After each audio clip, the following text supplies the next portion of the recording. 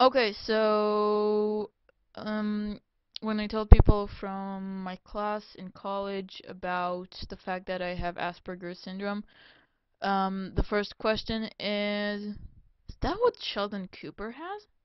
It's like, yes and no, because that's almost exactly the same specifications, but Chuck Lorre said he didn't want Sheldon Cooper to have Asperger's, so I'll give him the benefit of the doubt. Um, so I thought, well, most people when they check online to see what Asperger's is, first they ask me if they spelled it correctly, which I have to say, it's not that hard a word. And the second, I noticed that most most of the information on the internet regarding Asperger's syndrome is very, very, very clinical. It means that people who read it don't really understand the term itself. So, um, I've decided to explain it from my point of view, from the point of view of someone who has it. Uh, the best way to do it is imagine your brain as a car. Now, there are two types of cars. There is an automatic, the gears shift automatically, and there is handheld. That means that you manually shift the gears. Um, and the idea is that when someone talks to you, your brain goes through all the social information automatically. It means if their tone changes, you know to do what's right to continue the conversation in the same manner. You automatically react to their body language. You notice if something upsets him, you back off a bit. All these things you don't really have to pay attention to. Now, my brain, the brain of people with social and communicative disorders, works a bit differently. All those things, all those little quirks and things you do automatically, we have to pay a lot of attention to what the other party is doing in order to maintain the same level of conversation. Every time their tone changes, we have to really pay attention to notice what did the tone turn into? What did it change to? All those things. And those things are considerably small, but they can ruin a conversation to the other party as well as in our minds.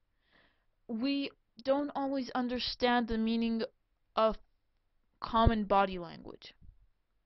For instance, I was in class last week and the professor said that my body language was inappropriate in a way that it supposedly challenged his position in front of the class. I came to him and I said, I don't know what I did wrong. I don't understand the whole dictionary of body language. It's not imprinted in my brain in the in our culture as well as other people's brains. So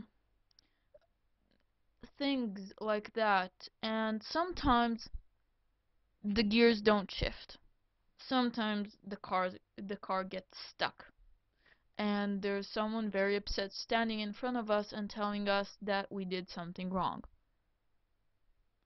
Okay. Sometimes it just takes us more time to realize what we're supposed to do, and other people may notice it. But just like we get better at driving manually, we get better at noticing when to shift the gears in our brains. And that's why it's annoyed me, because it's not something you just it's not something that happens overnight. It's not like I'm going to sleep tomorrow I'll know what that tone means. No. I wish it happened that way. That would save me a lot of trouble in high school. Um but no. Unfortunately, that's not the way it works. So next time someone like reacts in a way that you didn't really understand why, know that their brain is processing this. But it gets better.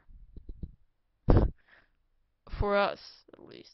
I don't know about the other side, but either we learn to duck faster or we just learn how to work with what we got. And frankly, most of the people I met with social communicative disorders, wicked brain.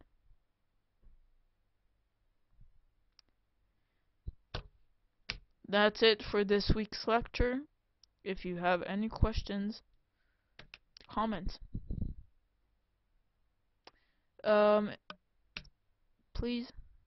It's really important for people to understand that we're a lot like other people.